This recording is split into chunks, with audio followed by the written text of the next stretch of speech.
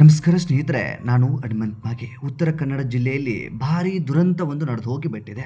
ಇಂತಹದ್ದೊಂದು ದುರಂತ ಯಾವತ್ತೂ ಕೂಡ ನಮ್ಮ ರಾಜ್ಯದಲ್ಲಿ ನಡೆದಿರಲಿಲ್ಲ. ಆದರೆ ಇದೇ ಮೊದಲ ಬಾರಿಗೆ ಇಂಥದ್ದೊಂದು ದುರಂತ ನಡೆದು ಹೋಗಿಬಿಟ್ಟಿದೆ. ಒಂದೇ ಕುಟುಂಬದ 10 ಜನರು ಸಾವನ್ನಪ್ಪಿ ಬಿಟ್ಟಿದ್ದಾರೆ. ಈ ಹೊಟ್ಟೆಪಾಡು ಅನ್ನೋದಿದೆಯಲ್ಲ, ನಿಜಕ್ಕೂ ಇದೊಂದು ಕ್ರೂರಿ ಅಂತಾನೆ ಹೇಳ್ಬೋದು. ಹೊಟ್ಟೆಪಾಡಿಗಾಗಿ ಕಪ್ಪೆ ಚಿಪ್ಪಣ ಹಾರಿಸಿ ತಮ್ಮ ಬದುಕನ್ನು ಕಟ್ಟಿಕೊಂಡಂತಹ ಕುಟುಂಬ ಇದು. ಇದೇ ಕುಟುಂಬ ಇದೀಗ ಸಾವನ್ನಪ್ಪಿ ಆ ಒಂದು ಕುಟುಂಬವನ್ನೇ ನಂಬಿಕೊಂಡಿರುವಂಥ ಮನೆಯವರೆಲ್ಲರೂ ಕೂಡ ಇದೀಗ ಬೀದಿ ಪಾಲಾಗಿ ಬಿಟ್ಟಿದ್ದಾರೆ ಅಂತಾನೆ ಹೇಳಬಹುದು. ಅಂದ ಹಾಗೆ ಉತ್ತರ ಕನ್ನಡ ಜಿಲ್ಲೆಯ ಭಟ್ಕಳ ತಾಲೂಕಿನ ತಟ್ಟೆಹಕ್ಕಲು ನದಿಯಲ್ಲಿ ನಡೆದಂತಹ ಭೀಕರ ದುರಂತ ಇದು. ಈ ದುರಂತಕ್ಕೆ ಸಂಬಂಧಪಟ್ಟ ಹಾಗೆ 10 ಜನರು ಸಾವನ್ನಪ್ಪಿದ್ದಾರೆ. ಏನಿದು ಪ್ರಕರಣ? ಈ ಪ್ರಕರಣಕ್ಕೆ ಸಂಬಂಧಪಟ್ಟ ಹಾಗೆ ಇಲ್ಲಿವರೆಗೂ ಏನೇನೆಲ್ಲ ಬೆಳವಣಿಗೆ ಆಗಿದೆ, ಈ ದುರಂತ ಅದು ಹೇಗೆ ನಡೆದು ಹೋಗಿಬಿಡ್ತು, ಈ ಎಲ್ಲದರ ಕುರಿತಾಗಿ ಒಂದಿಷ್ಟು ವರದಿಯನ್ನು ಗಮನಿಸ್ತಾ ಹೋಗೋಣ. ಸಾಧ್ಯವಾದ್ರೆ ವಿಡಿಯೋನ ಕೊನೆವರೆಗೂ ನೋಡಿ. ನೀವೇನಾದ್ರೂ ನಮ್ಮ ಚಾನಲ್ನ ಸಬ್ಸ್ಕ್ರೈಬ್ ಮಾಡಿಕೊಳ್ಳದೆ ವಿಡಿಯೋನ ಗಮನಿಸ್ತಾ ಇದ್ರೆ ಈ ಕೂಡಲೇ ಸಬ್ಸ್ಕ್ರೈಬ್ ಮಾಡಿ ಹಾಗೂ ಬೆಲ್ ಐಕನ್ ಕೂಡ ಕ್ಲಿಕ್ ಮಾಡಿಕೊಳ್ಳಿ.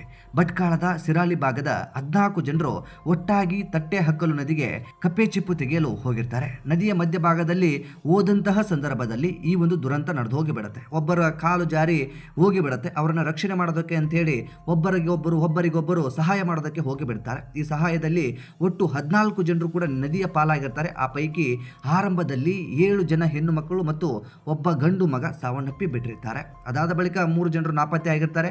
ಅವರಲ್ಲಿ 2 ಕೂಡ ಸಾವನ್ನಪ್ಪಿದ್ದಾರೆ ಅನ್ನೋದು ಇದೀಗ ಖಚಿತವಾಗಿದೆ. ಒಟ್ಟು 14 ಜನರ ಪೈಕಿ 10 ಜನರು ಸಾವನ್ನಪ್ಪಿ ಬಿಟ್ಟಿದ್ದಾರೆ. ಒಬ್ಬರು ಇದೀಗ ನಾಪತ್ತೆಯೂ ಕೂಡ ಆಗಿದ್ದಾರೆ. ಇನ್ನು 3 ಜನರ ರಕ್ಷಣೆ ಕೂಡ ಮಾಡಲಾಗಿದೆ. ಅಸ್ವಸ್ಥಗೊಂಡಿರುವಂತಹ ಕೆಲವರನ್ನ ಭಟ್ಕಳ ಆಸ್ಪತ್ರೆಗೆ ದಾಖಲಿಸಲಾಗಿದೆ. ಚಿಕಿತ್ಸೆ ಕೂಡ ನೀಡಲಾಗ್ತಾ ಇದೆ. ಕೆಲವರ ಸ್ಥಿತಿ ಇನ್ನೂ ಕೂಡ ಗಂಭೀರವಾಗಿದೆ ಅಂತ ಹೇಳಿ ಇದೀಗ ಸ್ಪಷ್ಟವಾಗಿ ಗೊತ್ತಾಗ್ತಾ ಇರುವಂತಹದ್ದು. ಈ ಸಾವನ್ನಪ್ಪಿರುವವರ ಪೈಕಿ ಬಹುತೇಕರು ಎಲ್ಲರೂ ಕೂಡ ಹೆಣ್ಣು ಮಕ್ಕಳು.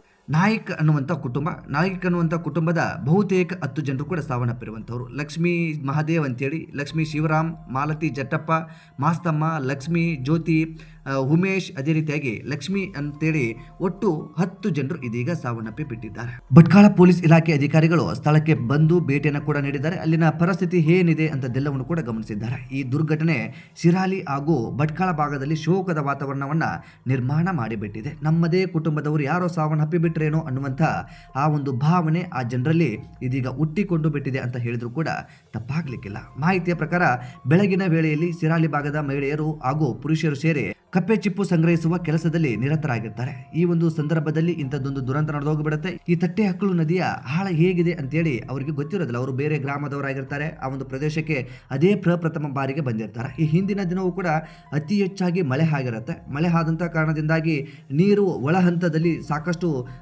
ಜೋರಾಗಿ ಹರಿತಾ ಇರುತ್ತೆ. ಮೇಲ್ನೋಟಕ್ಕೆ ಅದು ಯಾವುದು ಕೂಡ ಸ್ಪಷ್ಟವಾಗಿ ಅವರಿಗೆ ಗೊತ್ತಾಗಿರೋದಿಲ್ಲ. ನದಿಗೆ ಹಿಡಿದಂಥ ಸಂದರ್ಭದಲ್ಲಿ ತುಂಬ ಆಳಕ್ಕೆ ಹೋಗಿರ್ತಾರೆ. ಆಳಕ್ಕೆ ಹೋದಂಥ ಸಂದರ್ಭದಲ್ಲಿ ಒಬ್ಬರ ಬ್ಯಾಲೆನ್ಸ್ ತಪ್ಪ ಹೋಗುತ್ತೆ. ಆ ಒಂದು ಬ್ಯಾಲೆನ್ಸ್ ತಪ್ಪೋದಂಥ ಕಾರಣದಿಂದಾಗಿ ಒಬ್ಬರ ರಕ್ಷಣೆಗೆ ಒಬ್ಬರು ಇಳಿದಂಥ ಸಂದರ್ಭದಲ್ಲಿ ಎಲ್ಲರೂ ಕೂಡ ನದಿಗೆ ಬಿದ್ದು ಈ ರೀತಿಯಾಗಿ 10 ಜನರು ಇದೀಗ ಸಾವನ್ನಪ್ಪಿ ಬಿಟ್ಟಿದ್ದಾರೆ. ಇನ್ನು ಗ್ರಾಮಸ್ಥರು ಕೂಡ ಕೆಲವೊಂದಿಷ್ಟು ಆರೋಪವನ್ನು ಮಾಡ್ತಾ ಇದ್ದಾರೆ. ಅಲ್ಲಿ ಗ್ರಾಮಸ್ಥರ ಪ್ರಕಾರ ಈ ಭಾಗದಲ್ಲಿ ಸುರಕ್ಷತಾ ವ್ಯವಸ್ಥೆಗಳ ಕೊರತೆ ಇದೆ, ಬೋಟು ಸಂಚಾಲಕ್ಕೆ ಸರಿಯಾದ ನಿಯಮ ಪಾಲನೆ ಆಗ್ತಾ ಇಲ್ಲ ಎಂಬುವಂಥ ಆರೋಪವನ್ನು ಕೂಡ ಅಲ್ಲಿನ ಕೆಲವೊಂದಿಷ್ಟು ಜನರುಗಳು ಮಾಡ್ತಾ ಇದ್ದಾರೆ. ಕೆಲವರು ಸರ್ಕಾರದಿಂದ ಸೂಕ್ತ ಪರಿಹಾರ ಹಾಗೂ ಕುಟುಂಬಗಳಿಗೆ ನೆರವು ನೀಡಬೇಕಂತ ಹೇಳಿ ಆಗ್ರಹಿಸ್ತಾ ಇದ್ದಾರೆ. ಈ ದುರಂತದ ಸುದ್ದಿ ಹೊರಬಿದ್ದ ತಕ್ಷಣ ಸಾಮಾಜಿಕ ಜಾಲತಾಣದಲ್ಲಿ ಭಾರಿ ದುಃಖ ವ್ಯಕ್ತವಾಗ್ತಾ ಇದೆ. ಅನೇಕರು ಮೃತರ ಆತ್ಮಕ್ಕೆ ಶಾಂತಿಯನ್ನು ಕೂಡ ಕೋರ್ತಾ ಇದ್ದಾರೆ. ಜೀವನೋಪಾಯಕ್ಕಾಗಿ ತೆರಳಿದ್ದಂಥ ಕುಟುಂಬ ಇದೀಗ ವಿಧಿಯ ಕ್ರೂರ ಆಟಕ್ಕೆ ದುರಂತವನ್ನು ಕಂಡುಬಿಟ್ಟಿದೆ. ಕೆಲವೇ ಕ್ಷಣದಲ್ಲಿ ಹಲವಾರು ಕುಟುಂಬಗಳ ಬದುಕು ಕತ್ತಲೆ ಆಗಿಬಿಟ್ಟಿದೆ. ಇನ್ನು ಈ ಕಪ್ಪೆ ಚಿಪ್ಪು ವಿಚಾರಕ್ಕೆ ಸಂಬಂಧಪಟ್ಟ ಹಾಗೆ ಕೆಲವೊಂದಿಷ್ಟು ಜನರಿಗೆ ಒಂದು ಕ್ಲಾರಿಟಿ ಇಲ್ಲ. ಕಪ್ಪೆ ಚಿಪ್ಪು ಅಂದರೆ ಏನು, ಇದನ್ನ ಏನಕ್ಕೆ ಬಳಕೆ ಮಾಡ್ತಾರೆ ಅಂತೇಳಿ. ಈ ಒಂದು ಕರಾವಳಿ ಭಾಗದವರಿಗೆ ಬಹುತೇಕ ಕಪ್ಪೆ ಚಿಪ್ಪಿನ ಬಳಕೆ ಏನು ಅಂತೇಳಿ ಗೊತ್ತಿರುತ್ತೆ. ಕರಾವಳಿ ಭಾಗದಲ್ಲಿ ಇದನ್ನ ಒಂದು ಫುಡ್ಗಾಗಿ ಬಳಕೆ ಮಾಡ್ತಾರೆ. ಅಂತಂದರೆ ಕಪ್ಪೆ ಚಿಪ್ಪಿನ ಒಳಗಡೆ ಒಂದು ಹುಳು ಇರುತ್ತೆ. ಆ ಹುಳುವನ್ನು ತಿನ್ನೋದಕ್ಕೆ ಬಳಕೆಯನ್ನು ಮಾಡ್ತಾರೆ. ಇನ್ನು ಆ ಒಂದು ಕಪ್ಪೆ ಚಿಪ್ಪನ್ನು ಅಲಂಕಾರಿಕ ವಸ್ತುವಾಗಿ ಬಳಕೆ ಮಾಡೋದಕ್ಕೂ ಕೂಡ ಮುಂದಾಗ್ತಾರೆ. ಬಹುತೇಕ ದೊಡ್ಡ ದೊಡ್ಡ ಮನೆಗಳಲ್ಲಿ ಕೂಡ ನೀವು ಗಮನಿಸಿರ್ತೀರಿ, ಬಾಗಿಲು ಬಳಿಗೆ ಹಾಕಿರ್ತಾರೆ ಅಥವಾ ಮನೆಯ ಮಧ್ಯದಲ್ಲಿ ಹಾಕಿರ್ತಾರೆ. ಈ ರೀತಿಯಾಗಿ ಒಂದು ಶೋಗಾಗಿ ಹಾಕಿರ್ತಾರೆ. ಈ ರೀತಿಯಾಗಿ ಬಳಕೆ ಆಗುತ್ತೆ. ಇದೇನು ತುಂಬ ದುಬಾರಿಯ ವಸ್ತು ಅಂತೇನು ಅಲ್ಲ. ಆದರೆ ಹೊಟ್ಟೆಪಾಡಿಗಾಗಿ ದುಡಿದು ತಿನ್ನುವಂಥವರಿಗೆ ಇದೊಂದು ಬದುಕನ್ನು ಕೊಡುವಂಥ ವಸ್ತು. ಒಂದು ಬದುಕಿಗಾಗಿ ಈ ಒಂದು ನದಿಗೆ ಹಿಡಿದು ಬಿಟ್ಟಿರ್ತಾರೆ. ಆದರೆ ಆ ನದಿಯೇ ಈ ರೀತಿಯಾದಂಥ ಒಂದು ಜೀವವನ್ನು ತೆಗೆದುಕೊಂಡು ಬಿಡುತ್ತೆ ಅಂತೇಳಿ ಅವರು ಕೂಡ ಊಹೆ ಮಾಡಿಕೊಂಡಿರಲಿಲ್ಲ.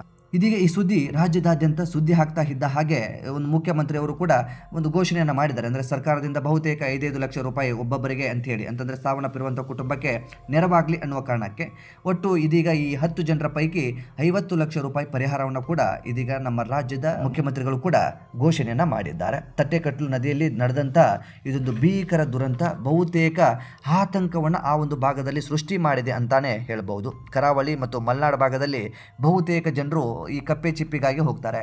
ಒಂದು ತಮ್ಮ ಬದುಕನ್ನು ಕಟ್ಕೊಳ್ಳೋದಕ್ಕೆ ಅಥವಾ ಒಂದು ಬದುಕಿಗೆ ಏನೋ ಆಗುತ್ತೆ, ಈ ಕಪ್ಪೆ ಚಿಪ್ಪನ್ನು ಎಕ್ಕಲು ಹೋದಂಥವರು ಒಂದು ರಿಸ್ಕ್ ಅನ್ನು ತೆಗೆದುಕೊಂಡು ಕೆಲಸವನ್ನ ಮಾಡ್ತಾ ಇರ್ತಾರೆ. ಯಾಕೆಂತಂದ್ರೆ ನದಿಗೆ ಇಳಿದಂಥ ಸಂದರ್ಭದಲ್ಲಿ ಅಲ್ಲಿ ಆಳ ಹೇಗಿರುತ್ತೆ ಅಂತದ್ದು ಯಾವುದು ಕೂಡ ಅವರಿಗೆ ಗೊತ್ತಿರೋದಿಲ್ಲ.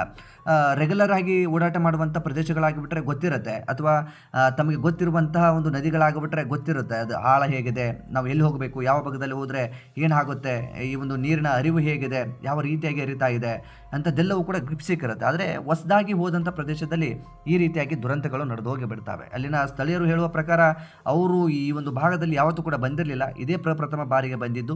ಹಾಗಾಗಿ ಈ ಒಂದು ದುರಂತ ನಡೆದು ಹೋಗಿಬಿಟ್ಟಿದೆ. ಈ ದುರಂತಕ್ಕೆ ಬಹುತೇಕ ಕಾರಣಗಳಿದ್ದಾವೆ ಅನ್ನುವಂಥದ್ದು ಒಂದು ಆಕ್ರೋಶವನ್ನು ಕೂಡ ಜನರು ವ್ಯಕ್ತಪಡಿಸ್ತಾ ಇದ್ದಾರೆ. ಒಟ್ಟಾರೆಯಾಗಿ ಹೊಟ್ಟೆ ಹಸಿವಿಗಾಗಿ ಹೋದಂಥವರು ಇದೀಗ ದುರಂತ ಅಂತ್ಯವನ್ನು ಕಂಡು ಬಿಟ್ಟಿದ್ದಾರೆ. ಇದೀಗ ಇವರನ್ನು ಕಳೆದುಕೊಂಡಿರುವಂತಹ ಕುಟುಂಬ ಅದೆಷ್ಟು ನೋವನ್ನು ಅನುಭವಿಸ್ತಾ ಇರಬಹುದು. ಅದರಲ್ಲೂ ಕೂಡ ಒಂದೇ ಕುಟುಂಬದವರು ಅಂತಂದರೆ ಚಿಕ್ಕಪ್ಪ ದೊಡ್ಡಪ್ಪ ಈ ರೀತಿಯಾಗಿ ಸಂಬಂಧದಲ್ಲಿ ಇದ್ದಂಥವರು ಇವರೆಲ್ಲರೂ ಕೂಡ ಇದೀಗ ದುರಂತ ಅಂತ್ಯವನ್ನು ಕಂಡು ಬಿಟ್ಟಿದ್ದಾರೆ. ಇವರನ್ನೇ ನಂಬಿದಂಥ ಆ ಮಕ್ಕಳ ಪರಿಸ್ಥಿತಿ ಮುಂದೆ ಏನು ಅನ್ನುವಂಥ ಪ್ರಶ್ನೆ ಈ ಸಂದರ್ಭಕ್ಕೆ ಹುಟ್ಟಿಕೊಂಡು ಬಿಡುತ್ತೆ. ಈ ಒಂದು ದುರಂತದ ಕುರಿತಾಗಿ ನಿಮ್ಮ ಅನಿಸಿಕೆ ಏನು ಎಂಬುದನ್ನು ದಯವಿಟ್ಟು ಕಾಮೆಂಟ್ ಬಾಕ್ಸ್ ಅಲ್ಲಿ ಮೆನ್ಷನ್ ಮಾಡಿ. ಅದರಲ್ಲೂ ಕೂಡ ಈ ಒಂದು ದುರಂತದಿಂದ ಆ ಒಂದು ಭಾಗದ ಜನಗಳು ಅರ್ಥ ಮಾಡಿಕೊಳ್ಳಬೇಕಾಗಿರುವಂಥದ್ದು ಏನು ಅಂತಂದ್ರೆ, ನದಿಗೆ ಇಳಿಬೇಕಾದಂಥ ಸಂದರ್ಭದಲ್ಲಿ ನಿಮಗೆ ಈಜೋದಕ್ಕೆ ಬರುತ್ತಾ ಅಥವಾ ಬೋಟ್ ವ್ಯವಸ್ಥೆ ಇದೆಯಾ, ಇಂಥದ್ದೆಲ್ಲವೂ ಕೂಡ ಮುಂಜಾಗ್ರತೆಯನ್ನು ವಹಿಸ್ಕೊಳ್ಬೇಕಾಗುತ್ತೆ. ಈಜೋದಕ್ಕೆ ಬಂದುಬಿಟ್ರೆ ಬಹುತೇಕ ಅಲ್ಲಿಂದ ಒಂದು ಹಂತಕ್ಕೆ ಪಾರಾಗಬಹುದು. ಒಂದು ಹಂತಕ್ಕೆ ಬಂದಂಥ ಸಂದರ್ಭದಲ್ಲಿ ಅಲ್ಲಿಂದ ಯಾವುದೋ ಒಂದು ದಡವನ್ನು ಸೇರಬಹುದು, ಅಲ್ಲಿಂದ ಮತ್ತೆ ಬದುಕನ್ನು ನಾವು ಕಟ್ಕೊಳ್ಬಹುದು. ಈಜೋದಕ್ಕೆ ಬರದೆ ನದಿಗೆ ಇಳಿದಂಥ ಸಂದರ್ಭದಲ್ಲಿ ಅಥವಾ ಬೋಟ್ ಇಲ್ಲದೆ ನದಿಗೆ ಹೋದಂತಹ ಸಂದರ್ಭದಲ್ಲಿ ಈ ದುರಂತ ನಡೆದು ಹೋಗಿಬಿಟ್ಟಂಥ ಸಂದರ್ಭಕ್ಕೆ ನಿಮ್ಮ ಜೀವವೇ ಬಲಿ ಆಗಬಹುದು. ನಿಮ್ಮನ್ನೇ ನಂಬಿರುವಂಥ ಕುಟುಂಬ ಬೀದಿಗೆ ಬಂದು ಬರಬಹುದು. ಹಾಗಾಗಿ ಒಂದಿಷ್ಟು ರಿಸ್ಕನ್ನು ತೆಗೆದುಕೊಳ್ಬೇಕು. ಆದರೆ ಈ ರೀತಿಯಾದಂಥ ರಿಸ್ಕನ್ನು ತೆಗೆದುಕೊಂಡಂಥ ಸಂದರ್ಭದಲ್ಲಿ ನಿಮ್ಮ ಪ್ರಾಣ ಪಕ್ಷಿ ಆರೋಗಬಹುದು. ಇದರಿಂದ ಈಗಲಾದರೂ ಈ ಕರಾವಳಿ ಜನಗಳು ಮತ್ತು ಮಲೆನಾಡು ಜನಗಳು ಎಚ್ಚೆತ್ತುಕೊಳ್ಳಿ ಅಂತೇಳಿ ವಿಶೇಷವಾಗಿ ಇದೊಂದು ಮನವಿ ಕೂಡ ಮಾಡ್ಕೊಳ್ತಾ ಇದ್ದೇನೆ. ಈ ಕುರಿತಾಗಿ ನಿಮ್ಮ ಅನಿಸಿಕೆ ಏನು ಎಂಬುದನ್ನು ಕಾಮೆಂಟ್ ಬಾಕ್ಸಲ್ಲಿ ಮೆನ್ಷನ್ ಮಾಡಿ. ಸಾಧ್ಯವಾದರೆ ವಿಡಿಯೋನ ನಿಮ್ಮ ಸ್ನೇಹಿತರಿಗೂ ಕೂಡ ಶೇರ್ ಮಾಡಿ. ಚಾನಲ್ನ ಸಬ್ಸ್ಕ್ರೈಬ್ ಮಾಡಿಕೊಳ್ಳದೆ ವಿಡಿಯೋನ ಗಮನಿಸಿದ್ರೆ ಈ ಕೂಡಲೇ ಸಬ್ಸ್ಕ್ರೈಬ್ ಮಾಡಿ ಹಾಗೂ ಬೆಲ್ ಐಕನ್ ಕೂಡ ಕ್ಲಿಕ್ ಮಾಡಿಕೊಳ್ಳಿ. ಮತ್ತೆ ಮುಂದಿನ ವಿಡಿಯೋದಲ್ಲಿ ಸಿಗೋಣ. ನಮಸ್ಕಾರ.